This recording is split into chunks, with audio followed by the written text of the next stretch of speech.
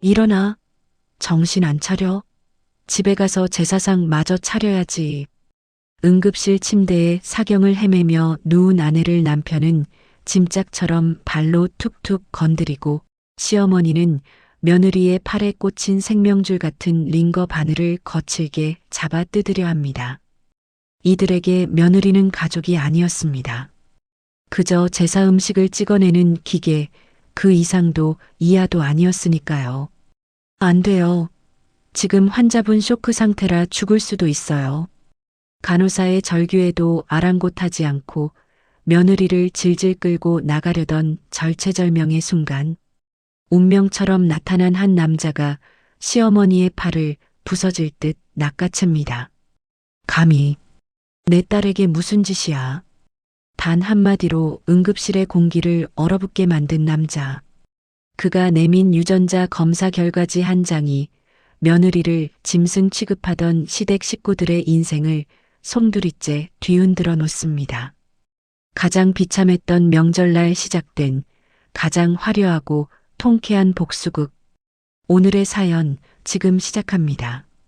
추석 연휴 이틀 전인 금요일 저녁 서연은 부엌에서 설거지를 하다가 시어머니 말자의 쩌렁쩌렁한 목소리에 깜짝 놀라 그릇을 놓칠 뻔했습니다. 예, 서연아, 귀가 먹었냐? 내 말 안 들려? 말자가 거실 소파에 비스듬히 누워 리모컨을 딱딱거리며 소리쳤습니다. 이번 추석에 사촌의 팔촌까지 다 온단다. 얼추 20명은 넘을 게야. 제사상 부러지게 차려야 하니까 꾀부리지 말고 미리미리 준비해. 돈은 네가 알아서 융통하고. 서연은 물 묻은 손을 앞치마에 쓱쓱 닦으며 힘없이 거실로 나왔습니다. 어머니, 이번 달 생활비 카드는 벌써 한도 초과해요. 저 정말 수중에 돈 한 푼 없어요. 뭐라고? 돈이 없어? 말자가 눈을 세모꼴로 뜨고 벌떡 일어났습니다. 남편이 벌어다 주는 돈을 어떻게 관리했길래 명절 코앞에 돈 타령이야? 네가 살림을 개판으로 하니까 돈이 줄줄 새는 거 아니냐? 하여간 복 없는 년이 들어와서 집안꼴 잘 돌아간다. 어머니, 그게 아니라. 시끄러워. 제사상에 조기 한 마리라도 빠지면 우리 집안 망신인 줄 알아. 무슨 수를 써서라도 해놔. 서연은 가슴이 돌덩이에 눌린 듯 답답해졌습니다.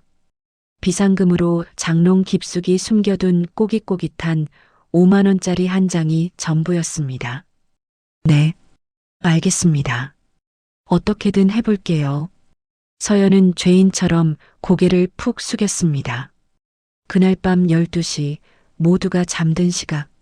서연은 냉장고 문을 열고 한숨을 쉬었습니다. 굴러다니는 감자새 알, 말라 비틀어진 당근 하나, 계란 6개가 전부였습니다. 새벽 4시 서연은 5만 원을 손에 꽉 쥐고 24시간 마트로 달려갔습니다. 아이고, 쇠고기는 쳐다도 못 보겠네. 돼지고기 뒷다리살로 해야겠다. 가장 싼 것들만 골라 담았지만 계산대 앞에서 몇 번이나 물건을 뺐다 넣었다 해야 했습니다. 토요일 아침 6시부터 서연의 전쟁이 시작되었습니다. 좁혀 터진 주방에서 혼자 20인분 음식을 만들어야 했습니다. 산적이 40개, 생선도 5마리 굽고 나물은 또 12가지나. 서연은 정신없이 칼질을 하고 불 앞에 섰습니다. 점심은커녕 물 한 모금 마실 새도 없이 땀을 비오듯 흘렸습니다. 일요일 새벽 1시 서연은 마지막으로 족편을 끓이고 있었습니다. 40시간 넘게 잠 한숨 못 자고 일한 다리가 후들거렸습니다. 이제 산적만 꼬치에 끼우면 끝나. 서연이 떨리는 손으로 고기를 집어 올리는 순간 눈앞이 핑 돌더니 세상이 하얗게 변했습니다. 단말마 같은 신음과 함께 서연의 몸이 주방 바닥으로 쿵 하고 무너졌습니다. 쓰러지면서 서연의 낡은 티셔츠 밖으로 검게 변한 은색 펜던트가 툭 튀어나왔습니다. 25년 동안 한 몸처럼 지니고 다녔지만 너무 낡아서 전당포에서도 이런 고철은 안 받아요 하며 쫓겨났던 그 목걸이였습니다. 아침 7시 남편 진수가 부스스한 얼굴로 물을 마시러 나왔다가 바닥에 널브러진 서연을 발견했습니다. 아, 너 거기서 뭐해? 팔자가 늘어졌네 아주. 진수가 발로 서연의 엉덩이를 툭툭 찼습니다. 일어나. 해가 중천인데 밥 안 주고 뭐 하는 거야? 배고파 죽겠구만. 하지만 서연은 꿈쩍도 하지 않았습니다. 얼굴은 밀가루처럼 하얗고 입술은 보라색으로 변해 있었습니다. 김서연, 너 왜 이래? 진수가 그제야 놀라서 서연을 흔들었지만 서연의 몸은 차갑게 식어 있었습니다. 진수는 겁에 질려 덜덜 떨며 119를 눌렀습니다. 여보세요? 저기요. 우리 마누라가 숨을 안 쉬는 것 같아요. 구급차가 오는 동안 진수는 머리를 쥐어뜯으며 방을 왔다 갔다 했습니다. 아이고 내 팔자야. 하필 명절날 이게 무슨 난리야? 동네 창피하게 시리. 구급대원들이 서연을 들것에 실어 날랐습니다. 구급차 안에서 구급대원의 다급한 목소리가 터져나왔습니다. 혈압이 너무 낮아요. 맥박도 안 잡힙니다. 서둘러요. 응급실에 도착하자마자 의사가 진수에게 심각하게 말했습니다. 환자분, 지금 극심한 영양실조에 탈수까지 겹쳐서 쇼크가 왔습니다. 당장 입원해서 집중 치료해야 합니다. 그때 응급실 문이 쾅 열리며 말자가 들이닥쳤습니다. 뭐, 입원? 의사 양반, 지금 사람 놀려요? 입원비가 얼만 줄 알고. 말자가 삿대질을 하며 고래고래 소리를 질렀습니다. 우리 며느리 꾀병이에요. 그냥 영양제나 하나 놔주고 집에 보내요. 간호사가 기가 막혀서 말렸습니다. 할머니, 며느님 돌아가실 수도 있다고요. 지금 상태가 아주 위험해요. 죽기는 누가 죽어. 돈도 없는 게 가지가지 한다더니 아주 상전 나셨네. 말자는 원무과 직원에게까지 달려들어 난동을 부렸습니다.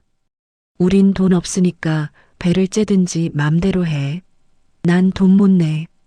응급실이 떠나가라 소리를 지르자 사람들이 눈살을 찌푸리며 쳐다봤습니다. 말자는 막무가내로 서연의 침대로 가서 팔을 잡아 끌었습니다.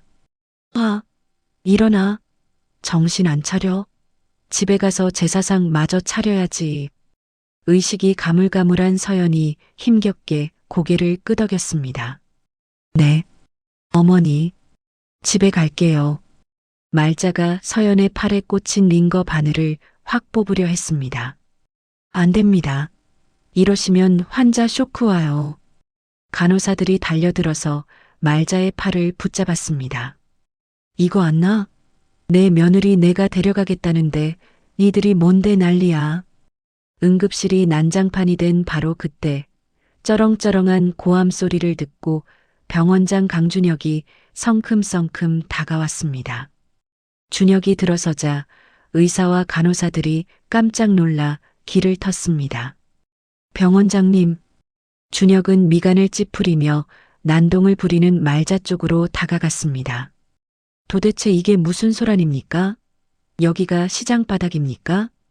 준혁의 낮고 위험 있는 목소리에 좌중이 조용해졌지만 말자는 콧방귀를 뀌었습니다. 당신이 병원장이야? 잘 만났네. 당신네 직원들이 우리 협박해서 돈 뜯어내려고 하잖아.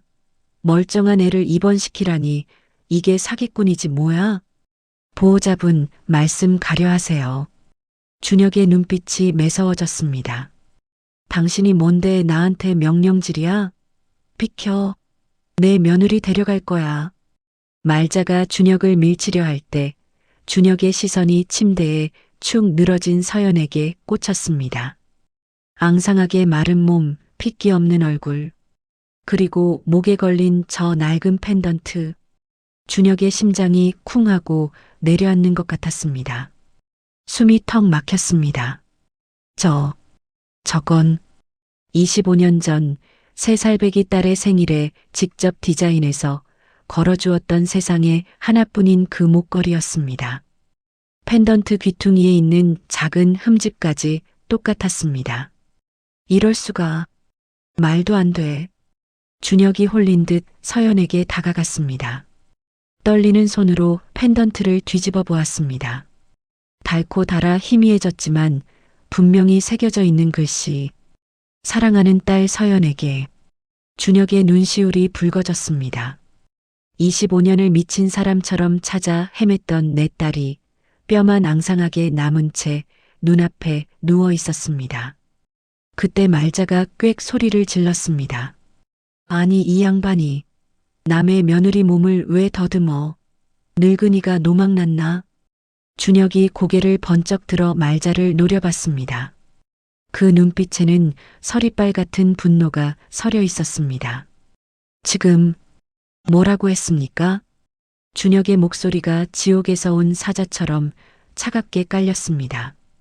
당장 그 입 닥치고 내 딸 앞에서 꺼져. 말자가 눈을 동그랗게 떴습니다. 뭐, 딸, 이 양반이 진짜 미쳤나? 보안팀장, 준혁이 응급실이 떠나가라 소리쳤습니다. 지금 당장 이 작자들 끌어내. 내 눈앞에 안 보이게 당장 치워버려. 순식간에 덩치 큰 보안 요원 4명이 달려와 말자와 진수의 팔을 꺾어 잡았습니다. 아, 이거 안 나? 사람 살려. 병원장이 사람 죽인다. 말자가 발버둥을 쳤지만 소용없었습니다. 아, 우리 며느리 내놔. 너 이놈들 고소할 거야. 진수도 꾀꾀거렸지만 질질 끌려나갔습니다. 소란이 정리되자 준혁은 떨리는 목소리로 의료진에게 지시했습니다. 지금 당장 이 환자 BVIP 병동으로 옮겨. 내과, 신경과 과장 다 호출하고 최고 의료진으로 팀 꾸려. 내 딸 털끝 하나라도 잘못되면 자네들 다 옷 벗을 줄 알아. 네, 알겠습니다. 병원장님. 의료진이 일사불란하게 움직였습니다. 준혁은 서연의 앙상한 손을 두 손으로 감싸쥐었습니다. 얼음장처럼 차가운 손이 준혁의 가슴을 후벼 팠습니다. 한편 병원 로비로 내동댕이 쳐진 말자와 진수는 씩씩거리고 있었습니다. 아니, 저 병원장 놈이 미쳤나? 왜 남의 며느리한테 딸이라고 난리야? 진수가 먼지를 털며 투덜거렸습니다. 말자가 눈을 가늘게 뜨고 말했습니다. 예, 진수야. 뭔가 이상하지 않니? 혹시 서연이 저것이 밖에서 병원장이랑 꼬리치고 다닌 거 아니야? 어쩐지 요새 돈 없다고 징징대더라니. 에이, 설마요. 제가 그럴 위인이 돼요? 두고 봐라. 내가 꼬투리 잡아서 위자료 왕창 뜯어낼 테니까.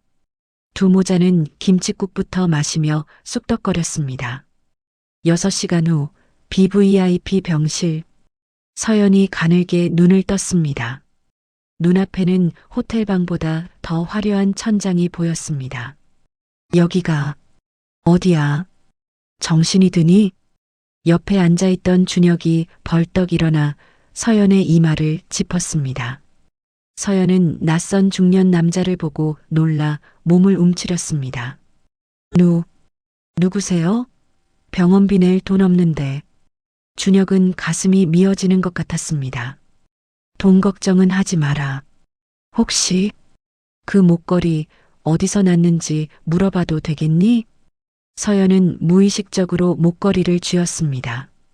이거요? 보육원 원장님이 주셨어요. 제가 어릴 때부터 차고 있었다고. 준혁의 눈에서 뜨거운 눈물이 주르륵 흘러내렸습니다. 서연아, 내가 내 아비다. 25년 전에 너를 잃어버린 못난 아비야. 네, 아버지요? 서연은 멍한 표정으로 준혁을 바라봤습니다. 확실하게 하기 위해 유전자 검사를 해보자꾸나. 내가 널 이렇게 고생시켜서 정말 미안하다. 서연은 믿기지 않는 듯 준혁의 젖은 눈을 하염없이 바라만 보았습니다. 서연은 멍하니 준혁의 얼굴을 뜯어보았습니다. 저한테 아버지가 있다고요? 저는 고아인데. 서연의 목소리가 파르르 떨렸습니다. 준혁은 손수건으로 눈물을 훔치며 고개를 끄덕였습니다. 그래. 25년 전 화재 사고 때 널 잃어버렸단다. 그 목걸이 내 3번째 생일날 내가 밤새워 만들어준 거야. 세상에 딱 하나밖에 없는 거란다. 서연은 목걸이를 만지작거렸습니다. 차가운 쇠붙이가 오늘따라 따뜻하게 느껴졌습니다. 검사 해볼게요. 유전자 검사. 그래, 고맙다. 정말 고맙다. 준혁은 즉시 비서실장을 시켜 긴급 검사를 진행했습니다. 한편 병원 로비에서 진상짓을 하던 말자와 진수는 배가 고파 매점에서 컵라면을 먹고 있었습니다. 엄마, 근데 진짜 병원장이 서연이 아빠면 어떡해? 진수가 라면 국물을 후루룩 마시며 물었습니다. 아이고 이 화상아. 소설을 써라. 서연이 걔는 족보도 없는 고아잖아. 병원장이 노망나서 사람 착각한 거야. 우린 그냥 병원에서 행패 부렸다고 뭐라 하면 합의금이나 뜯어내면 돼. 6시간 뒤 비서실장이 헐레벌떡 병실로 뛰어들어왔습니다. 병원장님, 결과 나왔습니다. 준혁이 떨리는 손으로 봉투를 뜯었습니다. 친자 확률 99.999% 마이너스 친자 관계 성립. 준혁은 종이를 구겨질 정도로 꽉 쥐고 오열했습니다. 서연아, 내 딸 서연아. 준혁이 서연을 와락 끌어안았습니다. 서연도 참았던 눈물이 터졌습니다. 아버지, 정말 제 아버지예요? 그럼 그렇고 말고 이제 아빠가 다 해줄게. 그동안 고생한 거 아빠가 다 보상해줄게. 그때 병실 문이 쾅 하고 열렸습니다. 아, 김서연, 너 여기 숨어서 호의호식하고 있었냐? 보안 요원들의 눈을 피해 화물용 엘리베이터를 타고 올라온 말자와 진수였습니다. 말자는 씩씩거리며 들어왔습니다. 시애미는 로비에서 찬밥 먹는데 너는 여기서 귀족놀이 하니까 좋아? 당장 짐 싸서 안 나와? 준혁이 천천히 일어났습니다. 이제는 슬픔이 아닌 살기가 뿜어져 나왔습니다. 닥쳐라. 뭐? 이 양반이 또 반말이네. 준혁은 유전자 검사 결과지를 말자의 얼굴에 획 던졌습니다. 종이가 팔랑거리며 말자의 발밑에 떨어졌습니다. 눈이 있으면 똑똑히 봐라. 당신들이 종처럼 부려먹고 학대한 그 아이가 바로 내 딸 강서연이다. 말자가 바닥에 떨어진 종이를 주워들었습니다. 친자 99. 말자의 입이 떡 벌어졌습니다. 옆에서 보던 진수도 사색이 되어 다리가 풀렸습니다. 며느리가 병원장 딸, 이제 알겠나? 감히 내 딸에게 밥도 안 주고 일을 시켜? 내 놈들은 인간도 아니야. 준혁의 호통에 병실 유리가 쩌렁쩌렁 울렸습니다. 보안팀, 이 작자들 당장 끌어내. 그리고 얼씬도 못하게 접근 금지 신청해. 아니, 사돈어른. 오해입니다. 우리가 서연이를 얼마나 딸처럼 아꼈는데요. 말자가 납작 엎드리며 손바닥을 비볐습니다. 서연아, 엄마가 너 사랑하는 거 알지? 응? 말 좀 해봐. 진수도 무릎을 꿇고 서연의 침대 끝을 잡았습니다. 여보, 내가 잘못했어. 내가 당신 얼마나 사랑하는지 알잖아. 서연이 싸늘한 눈으로 그들을 내려다보았습니다. 사랑? 밥도 안 주고 일 시키는 게 사랑이니? 당신들 더 이상 내 가족 아니야. 당장 나가. 아니, 서연아. 한 번만 봐줘. 보안 요원들이 개를 끌고 가듯 두 사람을 질질 끌고 나갔습니다. 복도 끝까지 말자의 비명소리가 들렸습니다. 서연아, 내가 잘못했다. 사돈어른, 한 번만요. 병실이 조용해지자 준혁이 서연의 손을 잡았습니다. 맞지? 이제 아무도 널 건드리지 못해. 아빠가 맹세하마. 서연은 25년 만에 처음으로 진짜 보호받는 느낌이 무엇인지 알게 되었습니다. 일주일 뒤 서연은 몰라보게 건강해졌습니다. 준혁은 서류 봉투 하나를 내밀었습니다. 자, 받아라. 내 새 이름표다. 봉투 안에는 한빛 의료재단 사회공헌팀 이사 강서연이라고 적힌 명함과 신분증이 들어 있었습니다. 이사라니요? 저는 가방끈도 짧고 아는 것도 없는데. 걱정 마라. 넌 내 핏줄이야. 천천히 배우면 돼. 그리고 널 무시했던 것들한테 본때를 보여줘야지. 준혁의 눈이 번뜩였습니다. 그날 오후 서연은 준혁의 손을 잡고 강남의 펜트하우스에 들어섰습니다. 운동장만한 거실, 대리석 바닥. 서연은 입이 다물어지지 않았습니다. 아빠, 여기가 진짜 제 집이에요? 그럼, 이제부터 여기가 내 성이다. 당당하게 허리 펴고 살아. 준혁의 비서실장이 두툼한 서류 뭉치를 가져왔습니다. 이사님, 시댁 식구들이 저지른 만행, 증거 다 모았습니다. 남편이 도박빚 때문에 이사님 명의로 몰래 대출받은 게 3천만 원이 넘더군요. 그리고 말자가 사는 그 전세집 건물 말이다. 준혁이 웃으며 덧붙였습니다. 어제 우리 재단에서 통째로 사버렸다. 이제 네가 그 집 건물주야. 3일 뒤 말자의 집 초인종이 울렸습니다. 누구세요? 문을 연 말자는 기절초풍할 뻔했습니다. 머리부터 발끝까지 명품 정장으로 쫙 빼입은 서연이 서 있었습니다. 뒤에는 준혁과 덩치 큰 경호원들이 버티고 있었죠. 어머, 서연아. 아이고, 우리 며느리 왔니?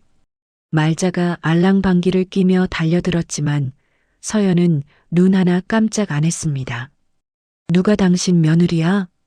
서연은 서류 봉투를 말자의 가슴팍에 툭 던졌습니다.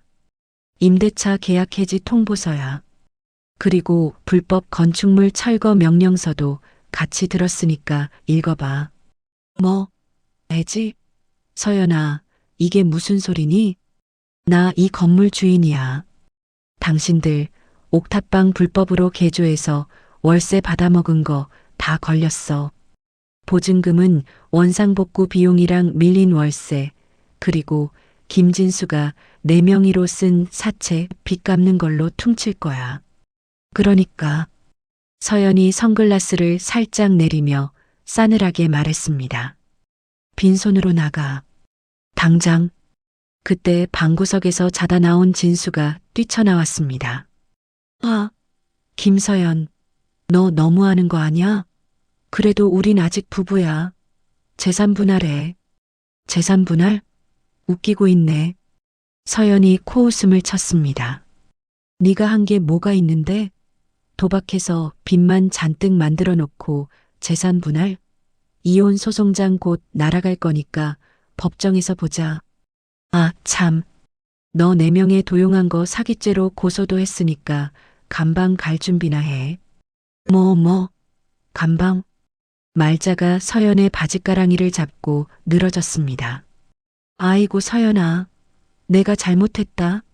한 번만 살려주라. 우리가 길바닥에 나앉게 생겼어. 놓으세요. 내 옷 더러워져요. 서연은 가차없이 발을 빼고 돌아섰습니다. 일주일 준다. 그 안에 안 비우면 용역 불러서 짐 밖으로 다 던져버릴 거야. 서연과 준혁이 나가자 집안에서는 난리가 났습니다. 이 썩을 놈아, 네가 도박질만 안 했어도 엄마가 며느리 쥐 잡듯 잡아서 이 사달이 난 거 아냐? 말자와 진수는 서로 머리끄덩이를 잡고 싸웠고 그 소리에 온 동네 사람들이 몰려와 손가락질을 해댔습니다. 다음 날 아침 뉴스가 터졌습니다. 속보 한빛 의료재단 강준혁 이사장, 25년 만에 친딸 상봉, 영화 같은 인생 역전. TV 화면 가득 서연의 사진이 나왔습니다. 말자가 사는 동네 시장통이 발칵 뒤집혔습니다. 어머머, 저거 말자네 며느리 아니요? 맞네 맞아. 아이고 세상에, 그 집 며느리가 병원장 딸이었어? 생선가게 아줌마가 혀를 쯧쯧 찼습니다. 말자, 그 여편네, 며느리 구박하기로 유명했잖아. 복을 제 발로 찼네, 찼어. 그러게 말이야.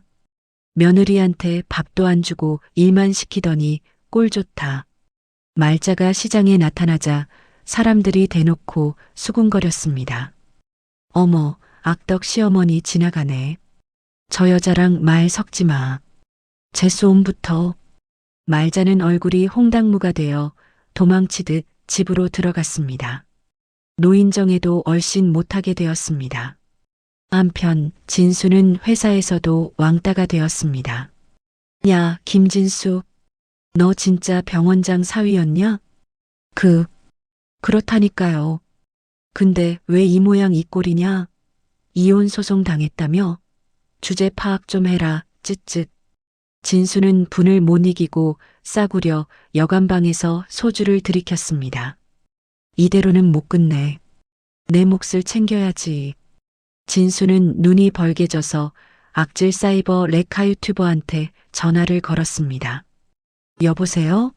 제가 재벌 병원장 갑질 폭로할 건데요. 출연료 주십니까?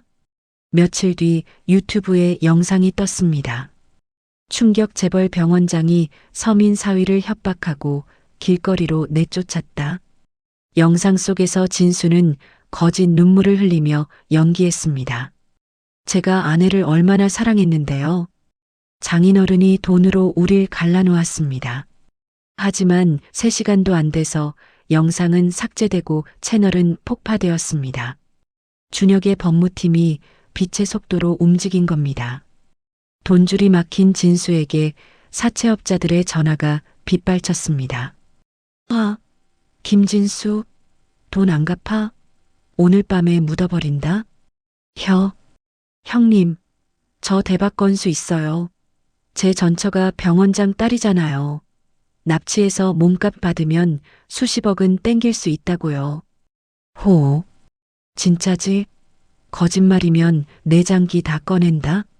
진수는 덜덜 떨면서 서연의 정보를 팔아넘겼습니다. 수요일 저녁에 보육원에 봉사활동 가요. 거기가 외지거든요. 제가 길 안내할게요. 아들이 돈 때문에 제 마누라를 납치하겠다고 나선 겁니다. 정말 막장이 따로 없었습니다. 수요일 저녁 어둠이 깔린 보육원 주차장. 진수는 봉고차 뒤에 숨어서 사채업자들에게 속닥거렸습니다. 저기 나와요. 저 여자가 서연이에요. 사채업자 셋이 쇠파이프를 들고 차에서 내렸습니다. 서연은 아이들에게 인사를 하고 차로 걸어오고 있었습니다. 잡아.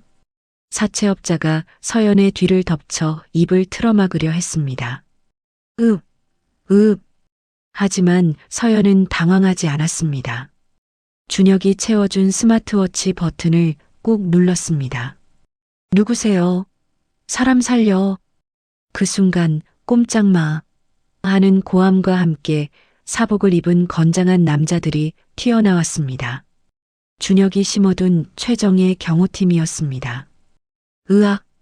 사채업자들은 삼단봉에 맞아 1분 만에 바닥에 뒹굴었습니다. 뭐야? 함정이야? 숨어서 지켜보던 진수는 기겁을 하고 도망치려 했지만 이미 경찰차가 사이렌을 울리며 들이닥쳤습니다. 김진수 씨, 당신을 납치 교사 및 특수강도 예비 혐의로 긴급 체포합니다. 아니에요. 전 그냥 구경만 했다고요. 엄마. 경찰서 조사실. 형사가 녹음기를 틀었습니다. 진수야, 이번에 성공하면 엄마 밍크코트 하나 사와라. 그년 아주 혼쭐을 내줘야 해. 말자의 목소리가 또렷하게 흘러나왔습니다. 아이고, 이건 모함이에요. 난 그냥 농담한 거라고요. 말자가 경찰서 바닥을 구르며 울부짖었지만 소용없었습니다. 모자는 나란히 수갑을 차고 유치장 신세가 되었습니다. 서연아, 내가 미쳤었나 봐. 한 번만 용서해줘. 철창 너머로 진수가 빌었지만 서연은 차갑게 돌아섰습니다. 죗값 달게 받아.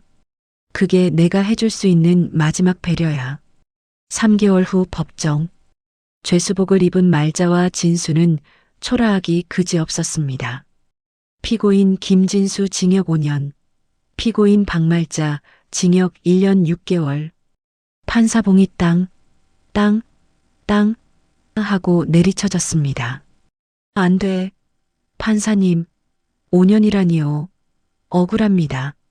진수가 고래고래 소리를 질렀지만 교도관들에게 질질 끌려나갔습니다. 서연아, 시애미를 감방에 쳐넣고 네가 잘 살 것 같으냐? 천벌 받는다.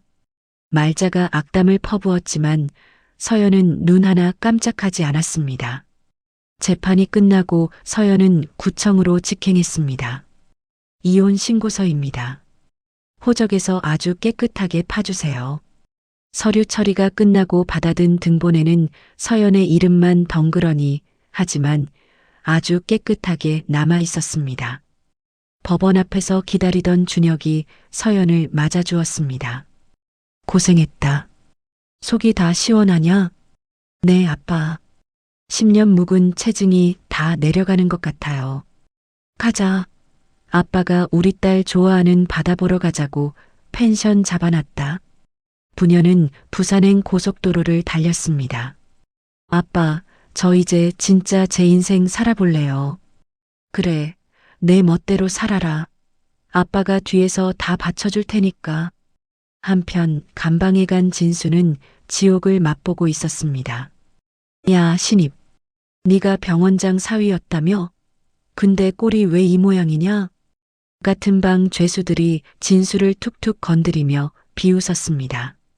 영치금 넣어줄 사람도 없어 진수는 맨밥에 소금만 찍어 먹으며 밤마다 눈물을 흘렸습니다. 서연아, 내가 잘못했어. 하지만 버스는 이미 떠난 뒤였습니다. 1년 후, 한빛 의료재단 이사장 취임식장. 단상에 오른 서연은 누구보다 빛나고 있었습니다. 존경하는 임직원 여러분, 저는 가난과 아픔이 무엇인지 누구보다 잘 압니다. 돈이 없어 치료받지 못하는 사람이 없는 세상, 제가 만들겠습니다. 우레와 같은 박수가 쏟아졌습니다. 준혁은 맨 앞줄에서 눈물을 훔치며 박수를 쳤습니다. 장하다 내 딸. 취임식이 끝나고 서연은 자신이 자란 보육원을 찾았습니다. 아이들이 와르르 달려들었습니다. 이사장님, 언니 왔다. 얘들아, 오늘 치킨이랑 피자 100마리 시켰어. 마음껏 먹어. 와, 언니 최고. 서연은 아이들을 안아주며 활짝 웃었습니다. 반면 출소한 말자는 갈 곳이 없어 서울역 노숙자가 되었습니다. 신문지를 덮고 누워있는데 전광판 뉴스에 서연이 나왔습니다.